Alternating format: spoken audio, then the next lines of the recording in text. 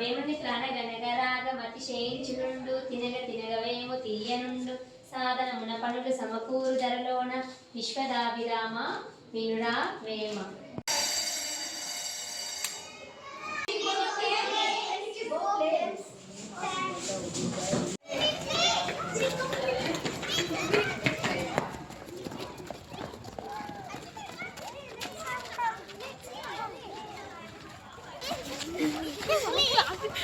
What happened?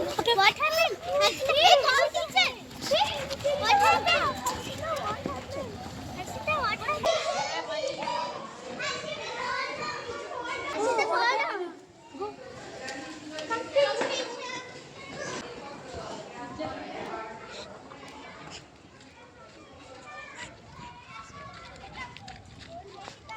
happened? What happened? Hey, move back. What happened? Water. Drink water. What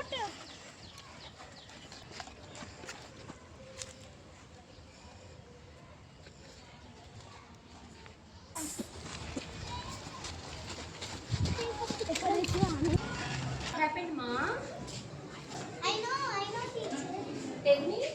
Teacher, she didn't eat breakfast also. She didn't eat snacks also. So that's why she fall down, teacher. You? ये ground में नीचे गिरकर snacks भी नहीं खाए थे. सुबह snacks भी नहीं. బై ఎందుకు అలా చేసావమ్మా?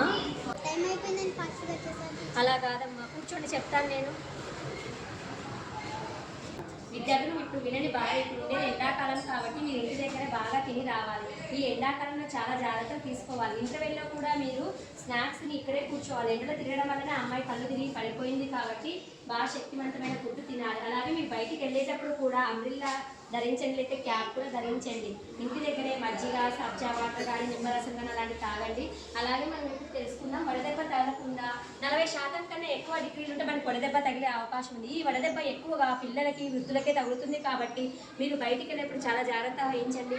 అలాగే ఎవరికి ఈ వడదెబ్బ తగలడం వల్ల ఎలాంటి లక్షణాలు కలుగుతాయంటే జ్వరం ఎక్కువగా ఉండడం, వాంతులు అవ్వటం, గుండె వేగంగా కొట్టుకోవడం, తలనొప్పిగా ఉండడం, చర్మం పొడిబారడం వంటి లక్షణాలు కనిపిస్తాయి. ఈ లక్షణాలు ఉంటే వడదెబ్బ తగిలినట్టు మనం గుర్తించవచ్చు. అలాగే ఈ ఎండాకాలంలో మనం ఇవన్నీ నివారించాలి. దాహం ఉన్నా లేకపోయినా ప్రతి అరగంటకు ఒకసారి ఎక్కువ నీళ్లు తాగడం నేర్చుకోవాలి. అలాగే ఈ వడదెబ్బ తగిలిన వ్యక్తిని అలా గుంపులుగా ఉండకూడదు. గుంపులుగా ఉండడం వల్ల అతనికి గాలి ఆడకపోవడం వల్ల ఇంకా ఎక్కువ సీరియస్ అయ్యే ప్రమాదం ఉంటుంది. కాబట్టి అతను ఒక చల్లని ప్రదేశంకు తీసుకొచ్చి చల్లని నీళ్ళతోటి తుడవడం ఉండాలి. కాబట్టి విద్యార్థులైన మీరు కూడా ఎండలో ఎక్కువగా ఆడుకోకండి. ఇంటికి వెళ్ళిన తర్వాత కూడా ఇంట్లోనే ఉండండి. ఎండాకాలం ఒకవేళ బయటికి వెళ్ళాల్సి వస్తే క్యాప్ కానీ గొడుగు కానీ ధరించి వెళ్ళండి. అలాగే వీలైనంత వరకు దుస్తులు కూడా కాటన్ దుస్తులే ధరించండి. సబ్జా, లెమన్ వాటర్ ఇవి కూడా యూజ్ చేస్తూ ఉండండి. దాహం ఉన్నా లేకపోయినా వాటర్ బాగా తాగండి. అర్థమైందా? కాలంలో outdoor games ఆడుకోకూడదు.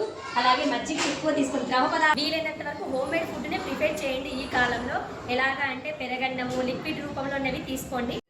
Fast food, biryani, masala food వాటికి దూరంగా ఉండండి. ఎంతైనా హోమ్ మేడ్ ఫుడ్నే ప్రిపేర్ చేయండి. ఓకేనా విద్యార్థులు? తెలుసుకున్నారా? మీరు కూడా ఇంటికి వెళ్ళి మీ తల్లిదండ్రులకు చెప్పండి. అలాగే మీరు కూడా ఇవి పాటించండి. ఓకే?